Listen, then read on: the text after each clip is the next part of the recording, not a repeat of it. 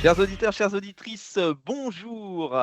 Nous sommes ravis de vous retrouver pour un nouveau numéro de l'Instant Culte. Effectivement, nous sommes le samedi 14 décembre et après une petite semaine d'arrêt et nous nous en excusons, je plaide coupable. C'est moi qui étais, au fond de mon lit, complètement, incapable de vous recevoir, ce jour. Il est 18 heures et nous sommes en exclu sur, notre web radio www.radioverse.fr et vous pouvez également nous retrouver sur toutes les plateformes de streaming audio à partir de 19 heures. Et avec moi, comme d'habitude, pour m'accompagner, comment ça va, Chris? Ça va très bien, bonsoir tout le monde. Bon alors, je Est-ce t'ai que pas tu trop te sens manqué la mieux? semaine dernière? Ah ben, je me sens mieux. Oui, oui, effectivement. Et justement, je voulais savoir si je t'avais pas trop manqué. Bah, affreusement parce que je vais avouer quelque chose, je suis extrêmement paranoïaque et je me suis dit, que c'était pas Il veut parce que plus tu de étais moi. malade. Il veut plus de moi. Tu même après toutes ces années, tu en es encore rendu là. Ouais, oui, c'est ça la paranoïa et la folie. Bah, c'est parfait. C'est donc, aujourd'hui on parle de quoi au fait, tiens? Eh ben, on parle des aventures de Rabbi Jacob, le fameux film de Gérard Houry avec, l'excellent et le regretté Louis de Funès, un film de 1973.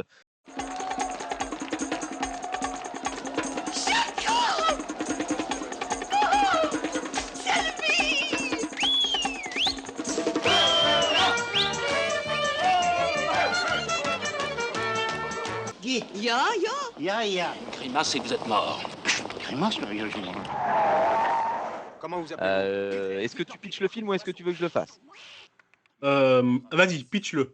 Allez, je pitch le film. C'est l'histoire, de Victor Pivert, joué par Louis de Funès, un homme d'affaires, qui est irascible, et foncièrement xénophobe, hein, on le ressent à travers, toutes ses répliques et il se rend à Paris pour le mariage de sa fille. Victime d'un accident sur la route, bon, pas de gravité pour lui, hein, il entre dans une usine de chewing-gum pour trouver du secours et là, il croise le chemin d'un dangereux terroriste qui s'apprête à éliminer un leader révolutionnaire, prénommé Slimane. Ah bah là, celui-ci parvient à s'échapper aux côtés de Victor Pivert et les deux hommes gagnent l'aéroport d'Orly, bientôt suivis par leurs ravisseurs.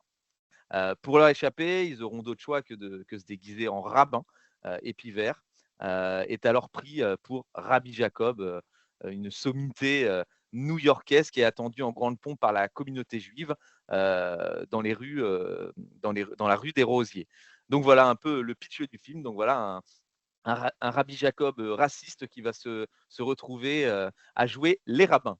OK, super, super, super, résumé, super, scénario, hein. Déjà ça fait envie. Je suis en train de réfléchir en fait à la mort de Louis de Funès. Ouais. C'est, moi la première mort, qui m'a fait, pleurer dans ma vie, mais c'est aussi la première mort qui m'a fait, rire. C'est peut-être pour ça d'ailleurs que bon bref, Bon, faut passons. que tu nous en dises plus là. Comment non, non, non, nous passons pas. Comment une mort a pu te faire, sourire? Je t'écoute, nous t'écoutons. Je t'explique, j'étais jeune et je me souviens avoir entendu ça entre midi et deux dans le journal de 13h avant de retourner à l'école et ils ont annoncé la mort de Louis de Funès, d'une crise cardiaque.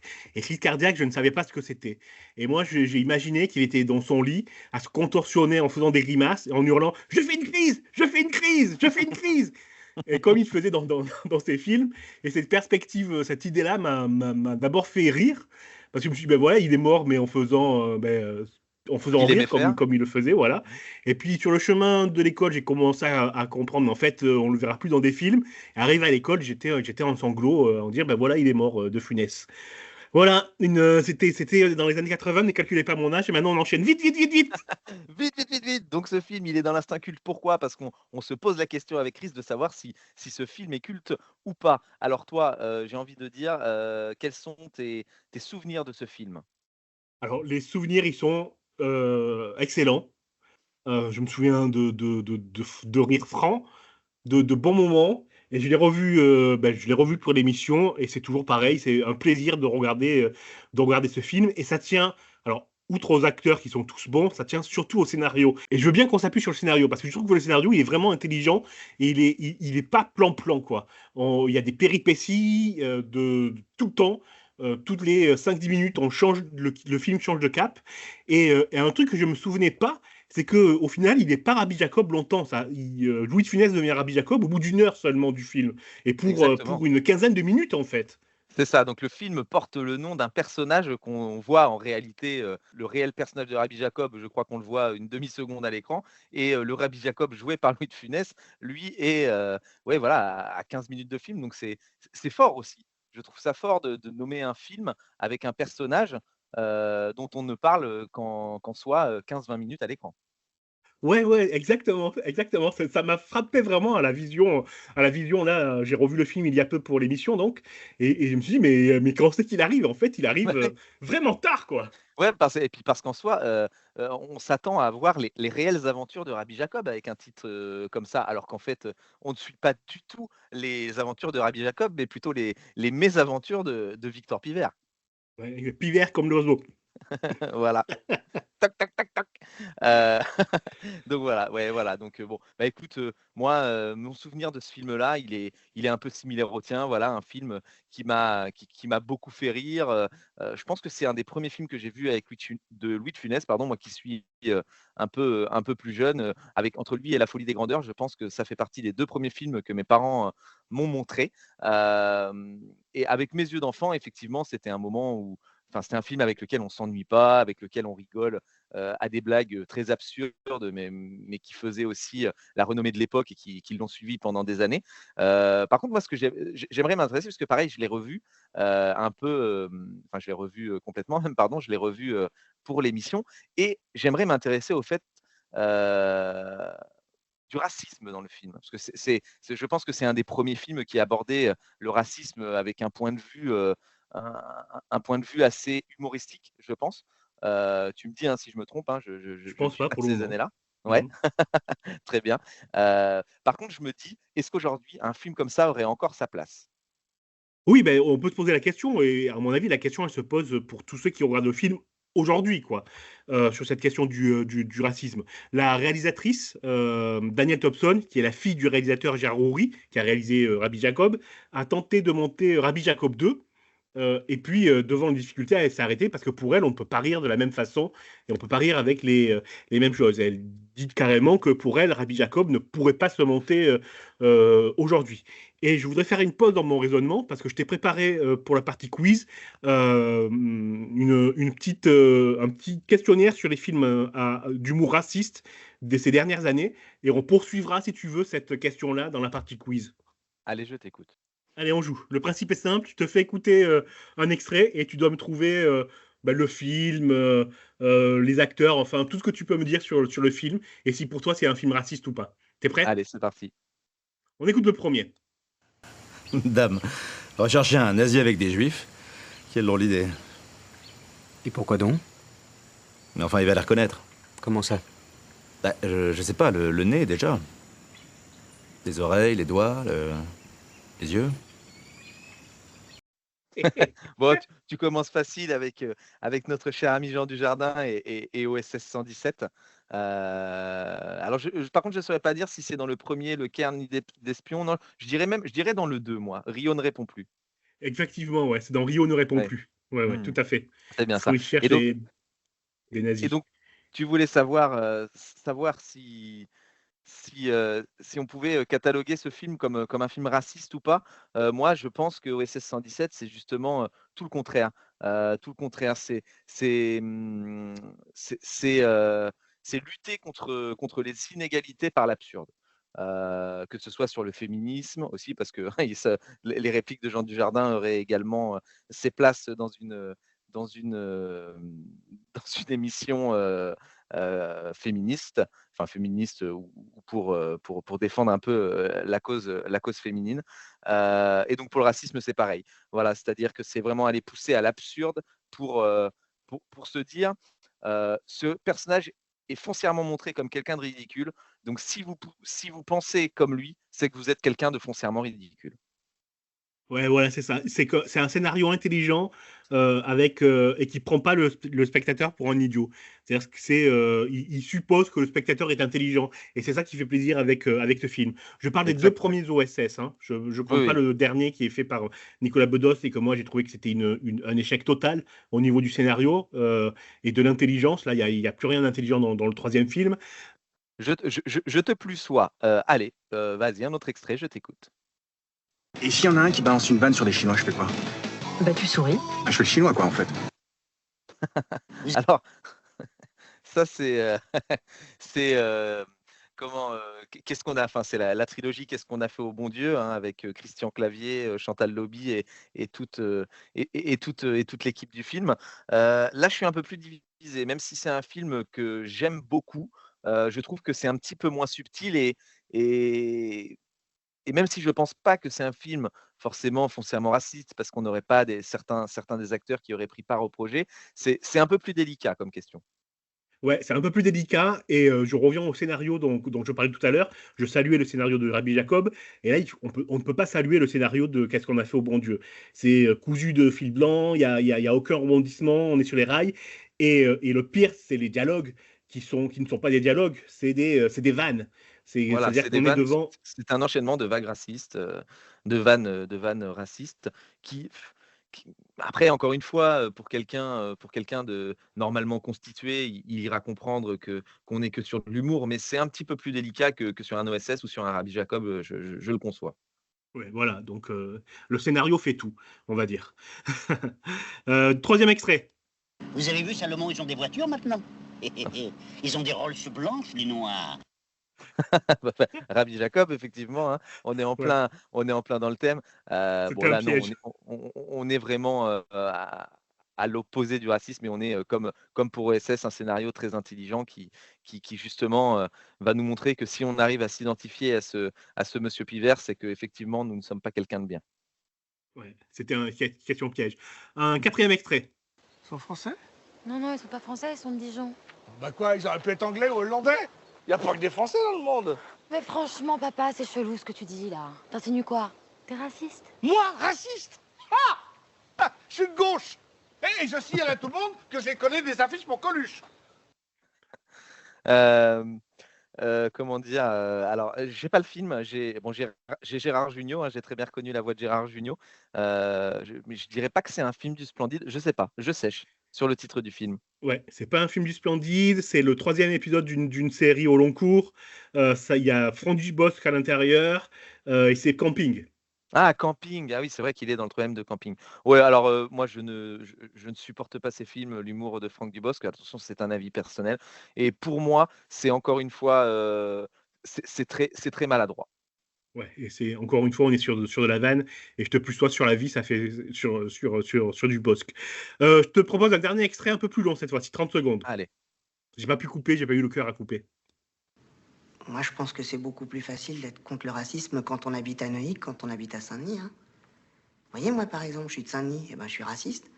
Et vous, par exemple, vous habitez cette maison et vous n'êtes pas raciste, voyez? Franchement, Michou. Vous vous considérez comme raciste? Ah oui, franchement, oui. Moi, les étrangers, je vis avec, alors je peux pas les saquer, voyez?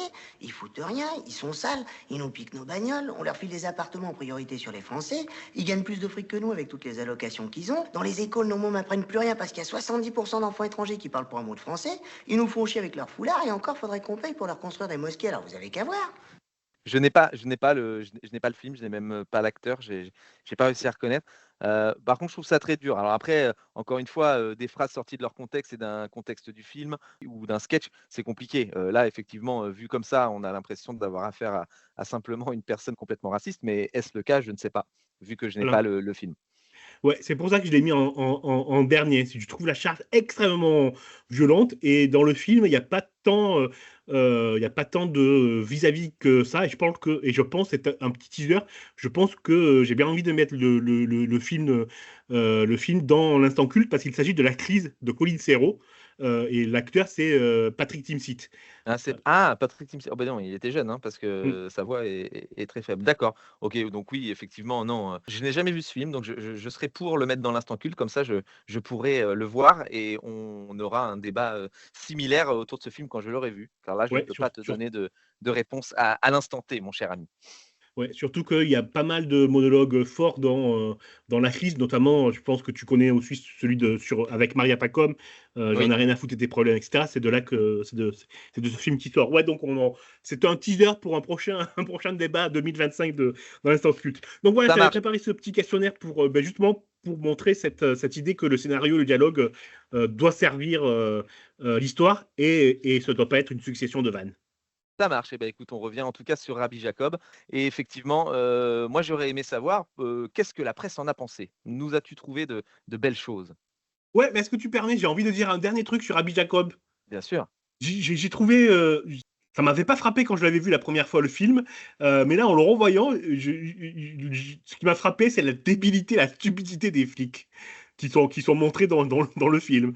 Mais il y en a pas un pour rattraper l'autre, quoi. Notamment le trio de super flics qui part à la recherche de Victor Pivert, qui sont indécollables les uns des autres, avec un grand crétin et deux flanqués de deux asperges qui ne le quittent pas d'une semelle et qui sont d'une stupidité totale. Et je me disais, tiens, mais déjà à l'époque, on se moquait de la police. C'est vrai que maintenant que tu le dis, effectivement, ces 3 officiers de police sont vraiment, d'une rareté absolue. Ça marche. Bon, bah, alors attends, avant de passer aux avis et aux critiques, du coup, ce film pour toi, culte ou pas culte? Ah ben oui, forcément, hein. Là, il y a pas il y a tellement de répliques fortes dans le film, non, non, je peux même pas dire c'est culte, point. Point final. Ouais, il y a pas de débat à avoir. Effectivement, ce film, est culte également, aussi pour moi. Il est culte, parce que je trouve qu'il était vraiment très novateur dans un contexte comme le début des années 70. Aller chercher un film très humoristique et très satirique, vis-à-vis, du racisme et notamment, de la communauté juive, hein, parce qu'on est quand même pas très loin après la guerre. J'ai trouvé ça vraiment fort, puissant et très bien amené, puis avec forcément, des acteurs très bons et au summum, de leur art. Ouais, ben on passe aux critiques presse. Allez, c'est parti. Qu'est-ce que tu nous as trouvé, mon cher Chris? Eh ben écoute, j'ai pas trouvé grand-chose, sinon que c'est un bon film, drôle, etc., et que tout le monde salue le côté antiraciste du film. Malheureusement, la sortie du film a été entachée d'une histoire sordide par les tensions. C'était quelques mois après la guerre du Kippour, il me semble. Donc ça, il y avait une saveur particulière à la sortie du film, tellement qu'ils ne savaient pas s'ils allaient le sortir ou pas. Et il y a eu la femme du producteur du film qui est morte dans un détournement d'avion parce qu'elle ne voulait pas que le film sorte. Ouais, il y a même quelque chose que j'ai pu lire, qui disait justement que le célèbre publiciste George Craven, hein, qui était chargé de la promotion du film, imaginait que le film était vraiment donc très politique, ça on peut le savoir, prosémite et anti-arabe et j'ai trouvé ça un peu violent et dur. Ouais, voilà, ouais, c'est vraiment une sortie particulière pour un sujet qui est quand même important, et surtout pour l'antiracisme qu'il prône, quoi. Même s'il est cousu de fil blanc et un peu lourd, à l'image de Salomon qui serre la main de Slimane avec une belle poignée de main en gros plan, bah, ça fait quand même plaisir et c'est tellement bien raconté tout au long du film qu'on peut passer dessus. Après, je peux comprendre que ça peut passer pour anti-arabe, parce que à la fin, Victor Pivert accepte Slimane, et il se marie donc avec la fille de Victor Pivert, la fille de Louis de Funès, mais il accepte parce qu'il est président, quoi. Et tu peux te dire qu'il n'est pas guéri de son racisme. Slimane, il travaillerait dans une usine. Est-ce qu'il accepterait que sa fille se marie avec Slimane? On peut en douter. Oui, oui, on peut en douter, je suis d'accord avec toi. Mais justement, enfin, moi, de ce film, justement, pour aller à l'apothéose de l'antiracisme, il fallait quelque chose comme ça pour qu'il l'accepte. Mais ça montre bien que, ben non, il n'est pas guéri de son racisme et que les gens, encore une fois, hein, c'est pour moi de l'absurde poussé. C'est-à-dire que les gens qui vont s'identifier encore une fois à Victor Piffer et qui vont dire, moi, je suis pas raciste, regardez, ma fille est mariée à un juif, ben si, ils le sont quand même, tu vois? Donc je pense que cette choix de fin est plutôt bonne. Bon, bah, écoute, je te propose un petit tour de questions, pour jouer ensemble comme on a l'habitude de faire, sur la fin de cette émission. Je voulais parler de la suite de Rabbi Jacob également, mais tu l'as déjà fait en préambule et effectivement, une suite avait été prévue à Rabbi Jacob, je ne sais pas si tu as donné le nom, mais c'était Rabbi Jacqueline. Donc voilà, donc effectivement en 2016, on avait imaginé cette suite, mais Daniel Thompson, comme tu l'as dit tout à l'heure, a dit que ça ne pouvait pas sortir pour cette époque, donc la suite a été abandonnée. Donc on va se focaliser sur des questions et moi j'aurais une question pour toi. Est-ce que tu sais qui est Josie Eisenberg?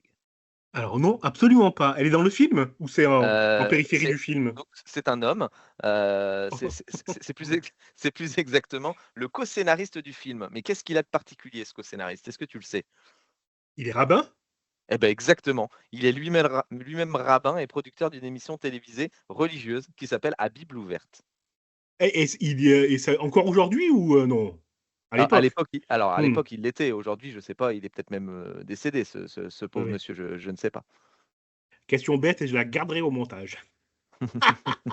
Il en faut des questions bêtes. Est-ce que toi, tu as quelque chose pour moi? Eh ben non, j'ai grillé toutes mes cartouches, pendant le quiz. D'accord. Et ben, j'ai envie de te poser encore une question, moi. Est-ce que tu sais quelle célèbre scène n'était pas prévue, au scénario? Ah ça, très bonne question. Je sais que, pendant le tournage, Louis de Funès, en avait marre qu'on le prenne pour un acteur à grimaces et qu'il a refusé de faire des scènes avec des grimaces, notamment la scène du péage avec le flic, il ne voulait pas la tourner. Il a fallu que Gérard Houry, négocie et avance des arguments pour qu'elle soit tournée.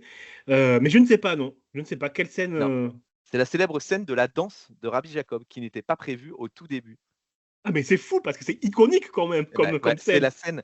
c'est la scène la plus iconique, du film, j'ai envie de dire et effectivement, à la base, la scène dans sa première version, elle était pensée comme, avec, Louis de Funès qui jouait du violon. Ah bah, c'est fou parce que ah ouais, ah mais ça n'aurait pas été la même chose parce que le film, il vaut aussi, par désolé, mais par la danse, quoi. Quand ils se mettent à danser, tu qu'une envie, c'est d'aller les rejoindre, quoi. Elle est super la Voilà. scène. Et en fait, le chorégraphe de cette scène, hein, qui s'appelle, Ilan, Zaoui, quand il s'est présenté au départ, à Gérard Houry, il s'est présenté comme musicien et pas comme chorégraphe. Donc du coup, il était là pour montrer, à Louis de Funès comment on faisait des accords de violon, pour que ça fasse crédible à l'écran. Et par hasard, en fait, Ilan Zaoui, il a demandé à Gérard Houry s'il voulait venir le voir, parce qu'il était sur scène, il était sur scène un soir. Du coup, Gérard Houry y a été. Il a travaillé, il a montré cette chorégraphie sur scène et quand Gérard Houry, pardon, a vu la chorégraphie, il a dit directement: «Je l'intègre, dans mon film». OK, génial. Super Voilà, info, j'étais pas du tout au courant. une belle info. OK, ça Ouais, marche comme et quoi, des fois, hein. allez et j'en ai une toute dernière pour toi et ensuite, on se quittera, je pense, sur les célèbres notes justement de cette danse. Est-ce que tu sais quel film, a fini par détrôner Les Aventures de Rabbi Jacob au box-office, en 1973? C'est un autre film avec Louis de Funès? Non, pas du tout. C'est un film comique? Non, ça n'est pas un film à proprement parler. C'est un dessin animé? C'est un dessin animé, exactement. Dessin animé, donc Walt Disney? Exactement. En 73, qu'est-ce qui est sorti en 73? Alors il est pas sorti en 73, mais en France, il a été remasterisé pour sortir en 1973. C'est le tout Blanche-Neige? premier Walt Disney, exactement, Blanche-Neige. bien joué. Le tout premier Walt Disney.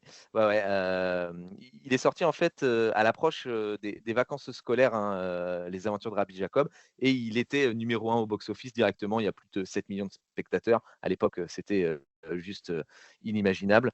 Et il va y rester près de 2 mois avant de céder sa place au chef-d'œuvre de Walt Disney, Blanche-Neige et les 7 nains, ouais. 7 millions, c'est parfait, c'est mérité, bravo. Voilà et il faut le savoir que aussi Rabbi Jacob, de ce fait, sera le seul succès de Louis de Funès, hein, qui traversera l'océan et arrivera jusqu'aux États-Unis. Il sera même, nommé au Golden Globe du meilleur, film en langue étrangère, sans toutefois remporter, malheureusement, cette, distinction. OK, super. Bah, merci pour ces infos. C'était, je ne les avais pas vues passer, elles étaient super. Eh ben, écoute, c'est avec, grand plaisir. Écoutez, messieurs, dames, l'instant culte touche à sa fin. J'espère que vous avez, apprécié ce numéro, décerné, aux aventures de Rabbi Jacob. Donc, comme vous le voyez, on vous encourage et on vous incite, à aller, voir ou revoir, ce film culte. Et pour, se dire au revoir, on va se quitter avec, la fameuse, musique de la scène de danse de Rabbi Jacob. Je te dis à la semaine prochaine, Chris. À la semaine prochaine et on parlera de Rosemary Baby. Allez, ciao tout le monde.